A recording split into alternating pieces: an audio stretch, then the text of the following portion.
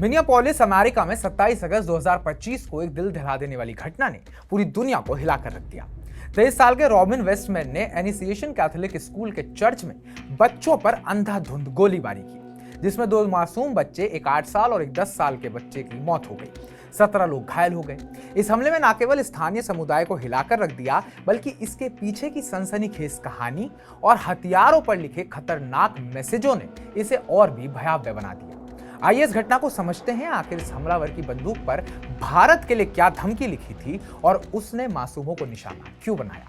नमस्कार, मैं उत्कर्ष प्रताप सिंह और आप देख रहे हैं टीवी 9 भारतवर्ष। सुबह करीब 8:30 बज रहे थे जब इनिशिएशन कैथोलिक स्कूल में बच्चे स्कूल के पहले हफ्ते में मास के लिए चर्च में बैठे थे। रॉबिन वेस्टमैन काले कपड़ों में चर्च की खिड़कियों के पास पहुंचता है। उसने एक राइफल, शॉटगन और पिस्टल से दर्जनों गोलियां दाग दी। गोलियां चर्च के रंगीन कांच की खिड़कियों को तोड़ती हुई अंदर बैठे बच्चों पर बरसी। मिनियापोलिस पुलिस प्रमुख ब्रायन ओहारा ने इसे मासूम बच्चों पर जानबूझकर किया गया क्रूर हमला बताया। हमले के बाद वेस्टमैन ने स्कूल के पार्किंग लॉट में खुद को गोली मार दी। स्टेमैन ने अपने हथियारों और गोला बारूद पर जो संदेश लिखे थे वो रोंगटे खड़े कर देने वाले थे।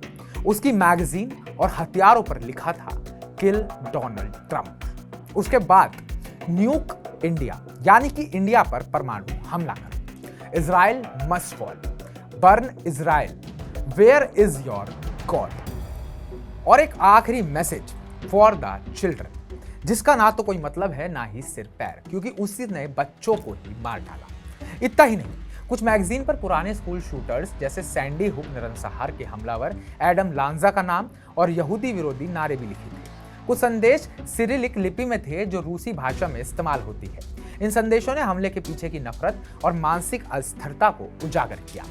हमले से कुछ घंटे पहले वेस्टमैन ने अपने YouTube चैनल रॉबिन डब्ल्यू पर 2 वीडियो अपलोड किए, जो अब हटा दिए गए हैं। पहला वीडियो लगभग 10 मिनट लंबा एक मोबाइल फोन से शूट किया गया था, जिसमें उसने अपने हथियारों का जखीरा दिखाया, राइफल, शॉटगन, पिस्टल और भारी मात्रा में गोला बारूद। उसने एक छोटी बंदूक को उठाकर कहा, ये मेरे लिए है, अगर जरूरत पड़ी तो, और जरूरत उसकी पड़ गई है।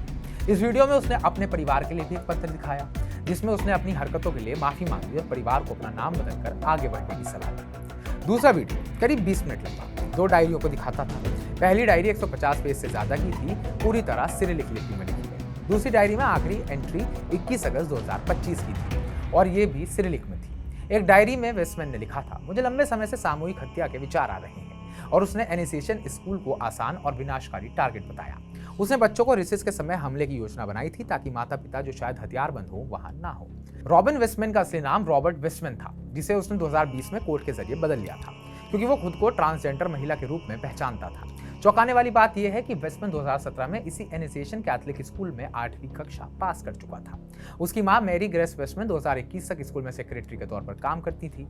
इस निजी रिश्ते ने हमले को और रहस्यमयी बना दिया। और दूसरी रहस्यमयी बड़ी बात यह है, जो मैसेजेस उसके वेपन्स पर लिखे थे उनके क्या मायने हैं। भारत यहां पर कहां से आ गया?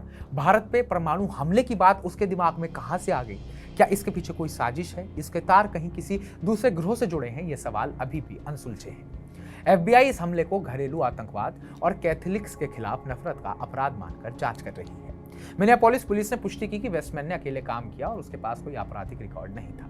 हथियार भी उसने हाल ही में कानूनी तौर पर खरीदे थे। राष्ट्रपति डोनाल्ड ट्रंप ने इस त्रासदी पर शोक जताते हुए देश भर में झंडे आधे झुकाने का आदेश दिया है। मिनियापोलिस के मेयर जैकब फ्रे ने ट्रांसजेंडर समुदाय पर हो रहे हमलों की निंदा की और कहा, इस घटना का इस्तेमाल किसी समुदाय को बदनाम करने के लिए नहीं करना चाहिए। यह घटना न केवल मानसिक स्वास्थ्य के मुद्दों को उजागर करती है, बल्कि सोशल मीडिया के दुरुपयोग और नफरत भरे विचारों के प्रसार पर भी सवाल उठाती है।